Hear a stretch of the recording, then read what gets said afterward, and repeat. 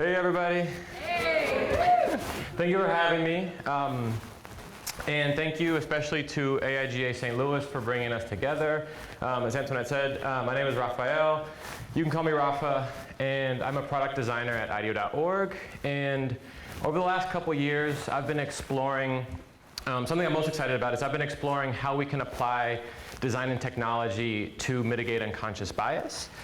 And today I'd love to share some stories of people and products that are really starting to make some impact in this space and start to paint a landscape of where some of the big opportunity areas lie for design and tech to play a role. But before we do that, we're going to do a little quick exercise. It's going to require some participation from all of you. Does that sound good? You with me? Yes. Cool.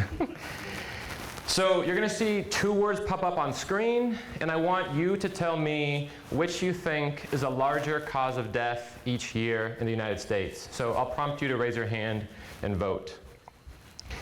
So tornadoes or thunderstorms? So raise your hand if you think tornadoes is a larger cause of death each year. Thunderstorms? Okay.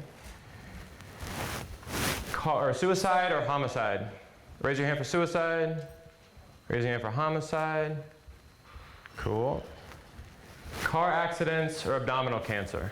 Raise your hand for car accidents, abdominal cancer.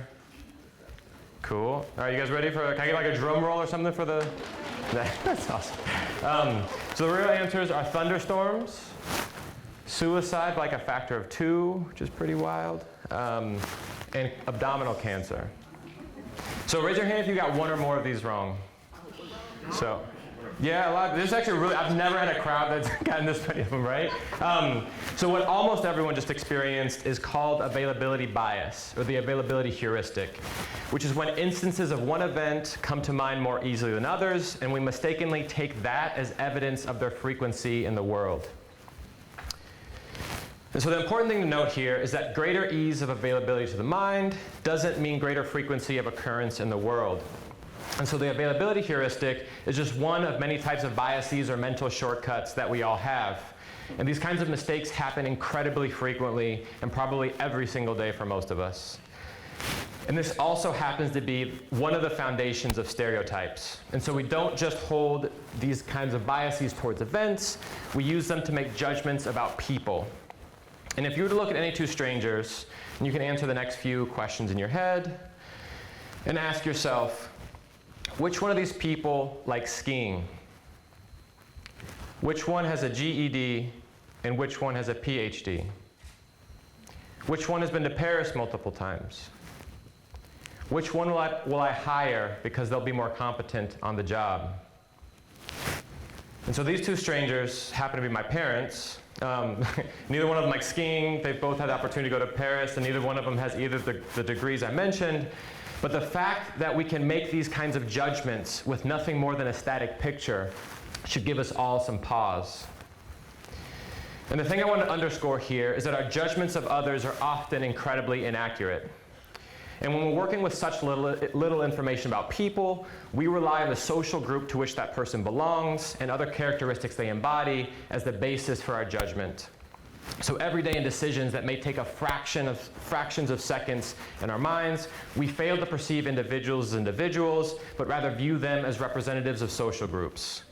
And so these biases are not just restricted to race or ethnicity, of course. They stem from a number of identities, including age, gender, religion, class, sexual orientation, physical ability or disability, body shape, physical attractiveness, and on and on and on.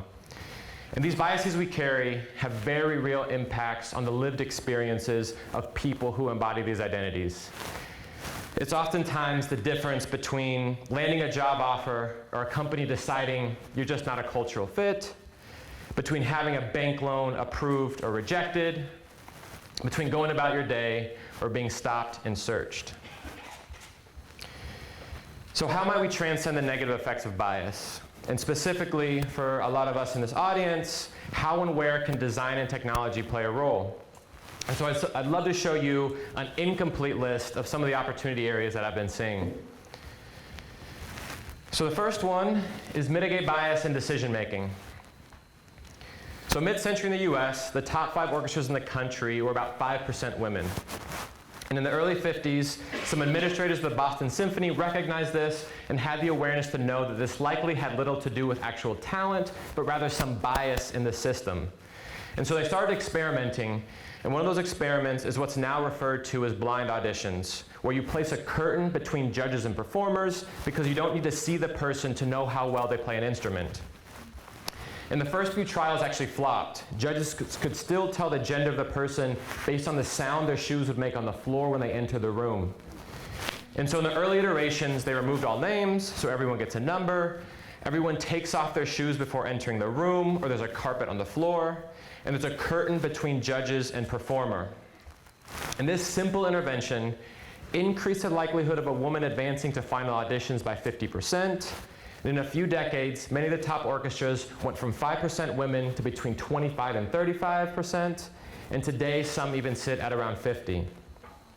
And so in this case, the deep-seated belief that male equals virtuoso undermined the ability of orchestras to be selecting top talent. And the arts isn't the only place where this kind of bias exists. There's been several studies that have sent out identical resumes to companies showing show that female names and African American sounding names are often perceived as less competent and less hireable than the identical resumes of white and male sounding names. And so similar to what the Boston Symphony did for musical auditions, there's been a number of startups that are doing this for recruiting and hiring in the corporate world. So Blendor is a hiring technology that reduces unconscious bias by hiding information that often leads to bias in hiring decisions, like a person's name, their picture, or alma mater, and elevates more sound criteria for making assessments about someone's competence, like skills and job experience. And similar to the Symphony's blind auditions, Blendor's product aims to neutralize the human error in the hiring process. And there's actually a number of other products on the market like this, very similar, that you should keep on your radar. Atypica, Talent Sonar, Blinded HR, just to name a few. And another place that bias shows up in decision making is in the sharing economy, something that many of us interface with regularly. And so a little over a year ago, the hashtag Airbnb while black popped up on Twitter when a number of black users noticed that they were not being accepted by hosts on Airbnb. Did anyone see this flying around the internet? Yeah. And so I have a few examples that I'll let you read through right now.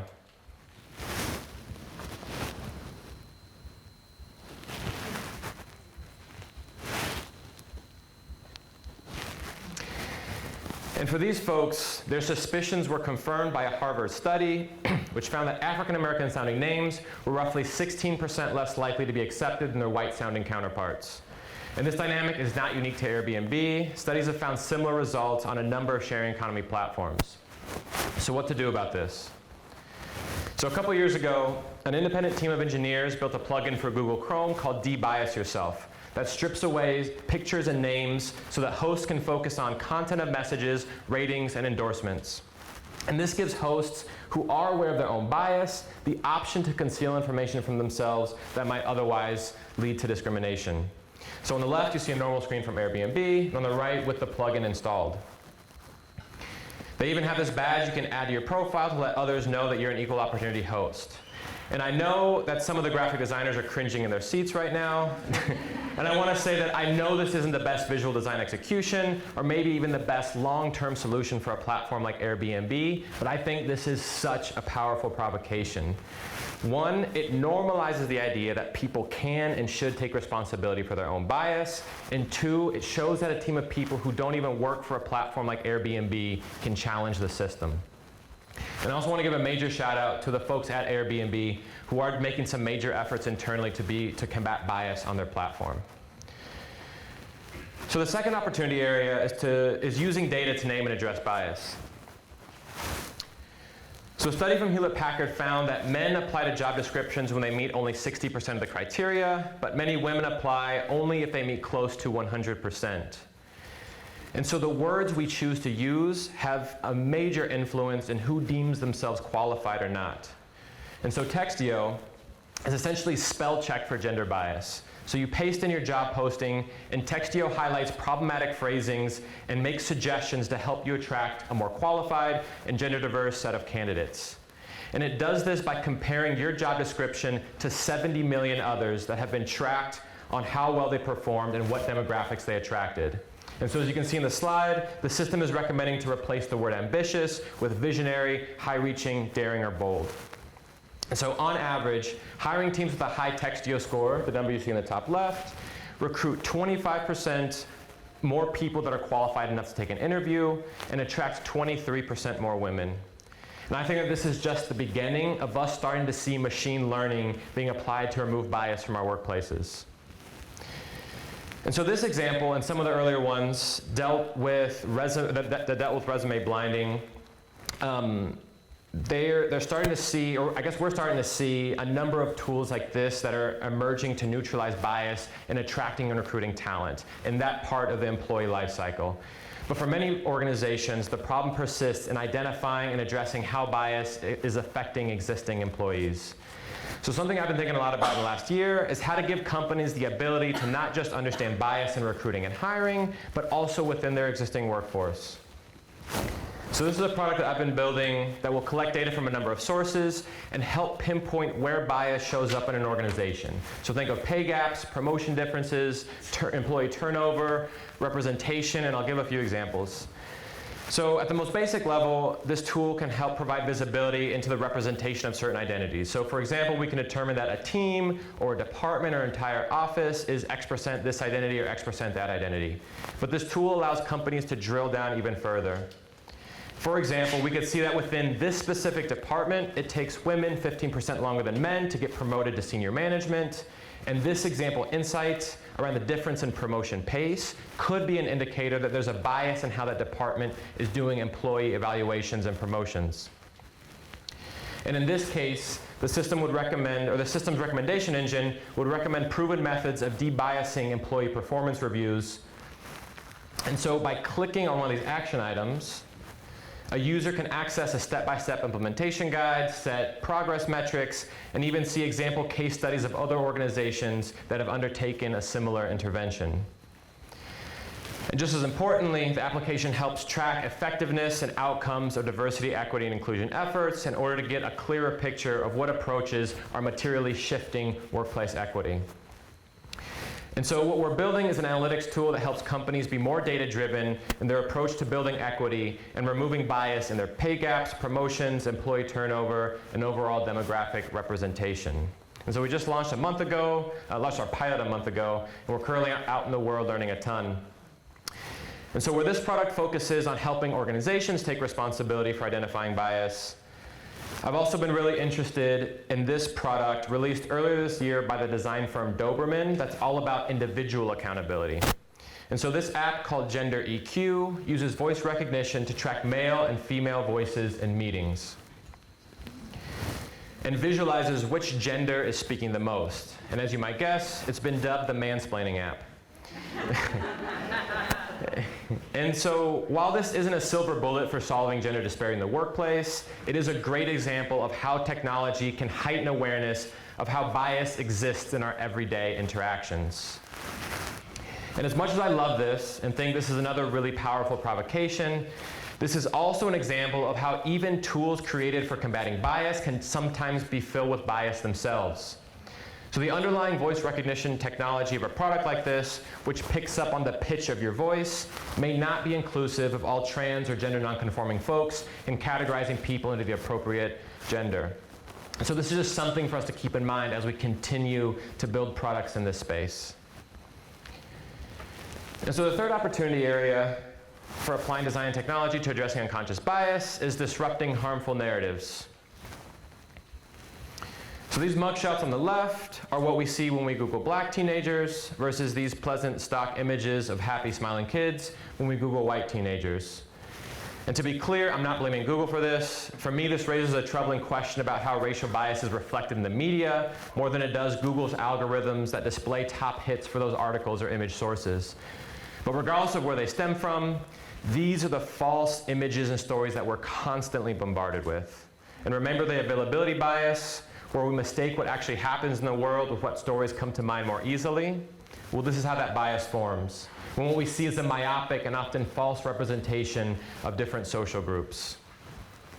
And so the Techies Project is a great example of disrupting harmful narratives. And they're doing this by documenting the excellence of underrepresented people in tech. and as they describe it, bring a bit of attention to folks in the industry whose stories have never been heard, considered, or celebrated.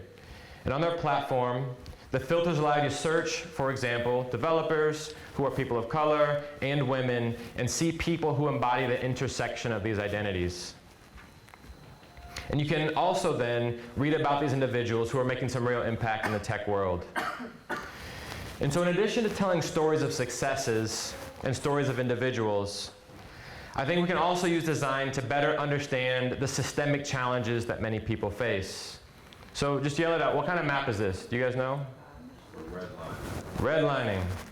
Exactly. So this is a map of Chicago around 1940 that shows the racial breakdown of certain neighborhoods, the red areas being populated predominantly by people of color. Here's a map of St. Louis. For those watching remotely, this is the city we're in right now. And so redlining was a standard practice of banks across America of denying investment based on the racial demographics of communities, making it impossible or next to impossible for people of color to get home loans or business loans. And we can see a massive correlation between racist financial policies of the 20th century and the wealth gap between white Americans and communities of color today. And so in order to help illustrate the impact of some of these policies, Ta-Nehisi Coates and his team at The Atlantic created this data visualization in an article of his a few years back. So the navigation at the top of this map walks you through 3 map states based on race, vacancy, and unemployment. And I'm going to walk you through these different map states so that you can see the correlations. So this map is based on race. The darker red areas, the more black and brown people live there. The darker blue areas, the more white folks who live there. So this one's based on race. This one shows abandoned or vacant houses or lots. Notice the correlation. And and this one shows unemployment by neighborhood in Chicago. The darker red areas have unemployment rates upwards of 27%. And underneath that menu, you can adjust for any of the past 7 decades to see correlations across time.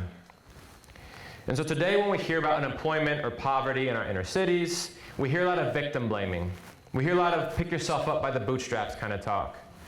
But when we're able to take a deeper look at how we got here and understand how systems enacted decades ago very materially affect employment rates, housing prospects, and wealth accumulation or the lack of it for people in cities across America today, I think we'll have a much better conversation about how to move forward.